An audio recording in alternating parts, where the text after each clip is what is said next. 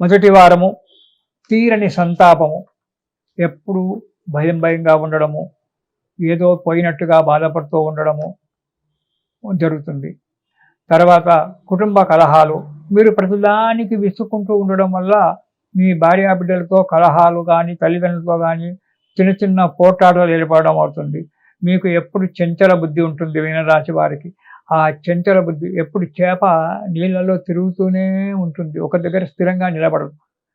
ఒక్క క్షణం అరక్షణం నిలబడిందంటే మళ్ళీ పరిగెత్తాడు. అలా చంచలమైనటువంటి యొక్క బుద్ధి మీకు ఉంటుంది కాబట్టి దాన్ని అదుపు చేసుకోండి. కోపం పెరిగిపోవడము, వ్యర్థ ప్రలాపాలు చేయడం అనేటువంటి జరుగుతుంటుంది కాబట్టి వాటిని అదుపులో పెట్టుకోవడం ప్రయత్నం చేయండి.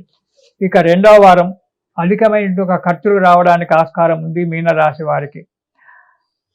అపకీర్తి, సంఘంలో చెడ్డ పేరు రావడానికి కూడా ఆస్కారం ఉంది. మీరు చేసేటువంటి ఒక అధిక దూకుడు వల్ల, మీరు చేసేటువంటి ఒక పనుల వల్ల సంఘంలో అపకీర్తి ఏర్పడుతుంది కాబట్టి జాగ్రత్తగా ఉండండి. అస్థిరత, ఒక స్థిరత్వం అనేటువంటిది లేకపోతూ ఉంటుంది ఈ యొక్క ఆగస్టు మాసంలో. ఇక రెండవ వారం ఉద్యోగంలో చిక్కులు రావడము జరిగిన రెండవ వారం, అధికారులతో ఒత్తిడులు, వీటన్నిటిగా తట్టుకొని ఉండాలి. ఇక మూడవ వారం కనుక చూసుకున్నట్టయితే చంచల బుద్ధి, మనసు ఎప్పుడు చంచలంగా ఉండడము. తర్వాత ఇక నాలుగవ వారంలో కనుక చూసుకున్నట్టయితే ఈ మీనరాశి వారికి ఆగస్టు మాసంలో 4వ వారంలో అనారోగ్యం ఏర్పడుతూ ఉంటుంది.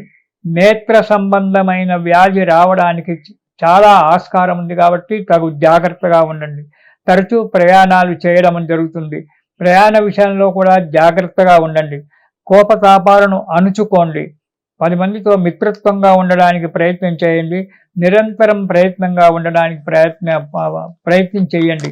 ఎందుకంటే మీనరాశి వారికి ఈ నెలలో అంత శుభంగా లేదు కాబట్టి తగిన జాగ్రత్తగా ఉండడం చాలా మంచిది. ఈ మీనరాశి వారు ఈ నెలలో చంద్రశేఖరాష్టకము పారాయణం చేస్తూ దాంతోపాటు పంచాక్షరి మంత్రం రోజు 108 సార్లు జపం చెయ్యండి. పంచాక్షరి మంత్రాన్ని 108 సార్లు జపం చేయండి ప్రతిరోజు. దాంతోపాటు చంద్రశేఖరాష్టకం ప్రతిరోజు పారాయణం చేయండి. ఆ చంద్రశేఖరుని యొక్క దయ వల్ల సుఖంగా, సంతోషంగా కాలక్షేపాన్ని చేస్తారు, మనశ్శాంతి ఉంటారు.